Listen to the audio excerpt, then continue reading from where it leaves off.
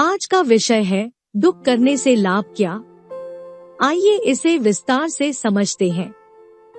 दुख मानने से दुख के कारण का निवारण नहीं हो सकता। दुख के कारण उद्विग्न और मलिन रहने के कारण मन शक्तियां नष्ट होती है। अधोगत व्यक्ति के भौतिक साधन प्रायः नगण्य हो जाते हैं। उस स्थिति में इसके पास मनोबल के सिवाय अन्य कोई साधन नहीं रह जाता। मनोबल का साधक कुछ कम बड़ा साधक नहीं होता।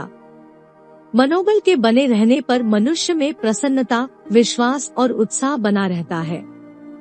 इन गुणों को साथ लेकर जब किसी स्थान पर व्यवहार किया जाता है तो दूसरों पर उसके धैर्य, सहिष्णुता और साहस का प्रभाव पड़ता है। लोग उसे एक असामान्य व्यक्ति मानने लगते हैं। उन्हें विश्वास रहता है कि इसको दिया हुआ सहयोग सार्थक होगा। यह परिस्थितियों से हार न मानने वाला दृढ़ पुरुष है। इस प्रतिक्रिया से लोग उस व्यक्ति की ओर आकर्षित हो उठते हैं, ठीक उसी प्रकार जिस प्रकार उपासक की ओर परमात्मा की करुणा आकर्षित करती है। विगत वैभव का सोच करना किसी प्रकार भी उचित नहीं, क्योंकि अतीत का चिंतन न तो वर्तमान में कोई सहायता करता है और न भविष्य का निर्माण, बल्कि वह उस व्यामोह को और भी सघन तथा दृढ़ बना देता है जिसके अधीन मनुष्य विगत वैभव का सोच किया करते हैं। उत्थान अथवा अवनति के मायाजाल से बचने के लिए आवश्यक है कि उनके प्रति व्यामोह के अंधकार से बचे रहा जाए। इस सत्य में तर्क की जरा भी गुंजाइश नहीं है कि संसार परिवर्तन के चक्र से बंधा हुआ घूम रहा है। यहाँ पर कोई भी सदैव एक जैसी स्थिति के प्रति आश्वस्त रहने का अधिकार नहीं रखता। उसे परिवर्तन का अटूट नियम सहन ही करना पड़ेगा। यह सोचकर इस सत्य को स्वीकार करना ही होगा कि पहले गरीब थे, फिर अमीरी आई और अब इसी चक्र के अनुसार पुनः गरीबी आ गई। पुनरपि यह निश्चित है कि यदि पूर्ववत पुरुषार्थ का प्रमाण दिया जाए तो संपन्नता निश्चित है।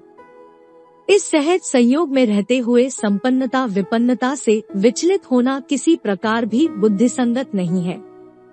किन्हीं विगतमान चीजों के प्रति दुख होने का कारण यह है कि व्यामोह के वशीभूत मनुष्य उससे अपना आत्मभाव स्थापित कर लेता है।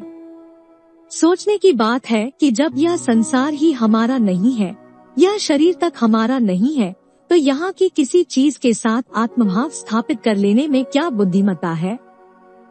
एक दिन जब मनुष्य खुद ही सबको छोड़कर चला जाता है, तो यदि कोई चीज उसे छोड़कर चली जाती है तो उसमें दुख की क्या बात है। यह संसार और उसकी दृश्यमान अथवा अदृश्यमान सारी चीजें एकमात्र परमानंद की है। उसके सिवाय किसी भी व्यक्ति का यहाँ की किसी चीज पर अधिकार नहीं है। जिसे जो कुछ मिलता है वह सब परमात्मा का दिया होता है। मनुष्य की बुद्धिमानी इसी में है कि वह इस सत्य को स्वीकार करे और इस बात के लिए सदैव तैयार रहना चाहिए कि परिवर्तन के नियम के अंतर्गत उससे कोई भी चीज किसी समय ली जा सकती है। इस सत्य में विश्वास रखने वाले को व्यामोह का कोई दोष नहीं लगने पाता और वह संपत्ति तथा विपत्ति में सदा संभाव रहता है। इस पुस्तक के अन्य अध्याय सुनने के लिए डिस्क्रिप्शन बॉक्स में दिए गए लिंक पर क्लिक करें। For more videos visit our channel. Please like, share and subscribe.